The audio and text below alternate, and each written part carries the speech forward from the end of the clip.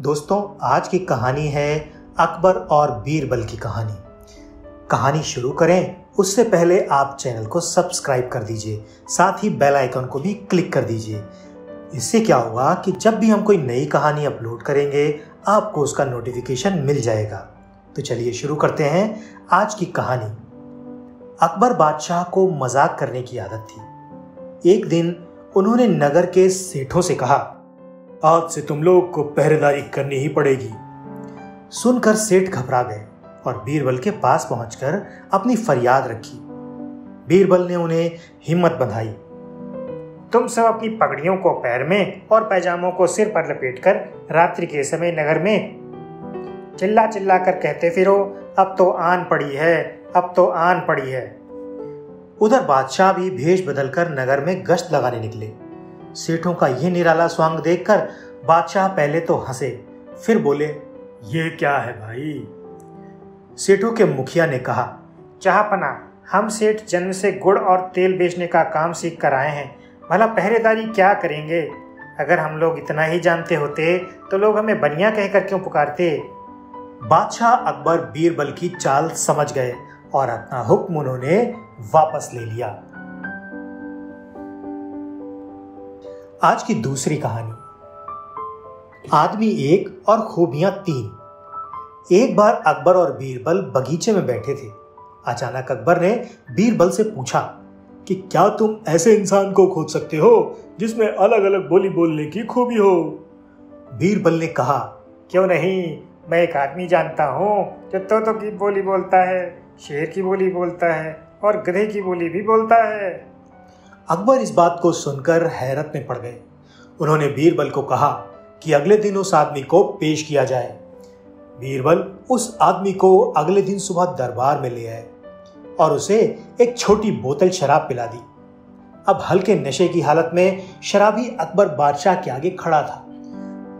वो जानता था कि दारू पीकर आया जानकर बादशाह उसे सजा जरूर देंगे, इसलिए वो गिड़गिड़ाने लगा और बादशाह की खुशामद करने लगा। तब बीरबल बोले, हुजूर, ये जो सजा से डर के बोल रहा है वो तोते की भाषा है। उसके बाद बीरबल ने वहीं उस आदमी को एक और शराब की बोतल पिला दी। अब वो आदमी पूरी तरह नशे में था। वो अकबर बादशाह के सामने सीना तान कर खड़ा हो गया।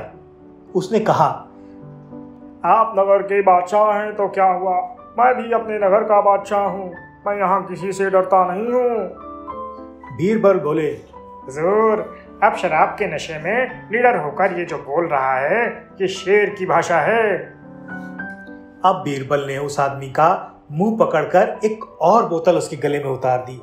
इस बार वो आदमी लड़खड़ाते गिरते पड़ते हुए जमीन पर लेट गया और हाथ पांव हवा में भांजते हुए मुंह से ऊल जलूल आवाजें निकालने लगा। अब बीरबल बोले, हुजूर, अब ये जो बोल रहा है वो गधे की भाषा है। अकबर एक बार फिर बीरबल की हाजिर जवाबी से प्रसन्न हुए और ये मनोरंजक उदाहरण पेश करने के लिए उन्होंने बीरबल को इनाम दिया।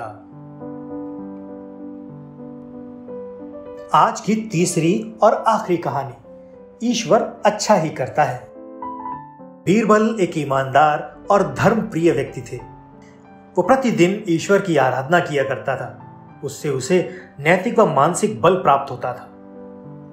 वो अक्सर कहा करता था, ईश्वर जो कुछ भी करता है मनुष्य के भले के लिए ही करता है।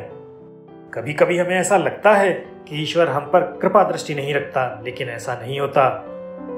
कभी कभी तो उसके वरदान को भी लोग शाप समझने की भूल कर बैठते हैं। वो हमको थोड़ी पीड़ा इसलिए देता है ताकि बड़ी पीड़ा से बच सकें। एक दरबारी को बीरबल की ऐसी बातें पसंद ना आती थी। एक दिन वही दरबारी दरबार में बीरबल को संबोधित करता हुआ बोला, देखो, ईश्वर ने मेरे साथ क्या किया। कल शाम को जब मैं जानवरों के लिए चारा काट रहा था तो अचानक मेरी छोटी उंगली कट गई। क्या अब भी तुम यही कहोगे कि ईश्वर ने मेरे लिए ये अच्छा किया? कुछ देर चुप रहने के बाद बीरबल बोले, मेरा अब भी यही विश्वास है, क्योंकि ईश्वर जो कुछ भी करता है मनुष्य के भले के लिए ही करता है। सुनकर वो दरबारी नाराज हो गया कि मेरी तो उंगली कट गई और बीरबल को इसमें भी अच्छा ही नजर आ रही है।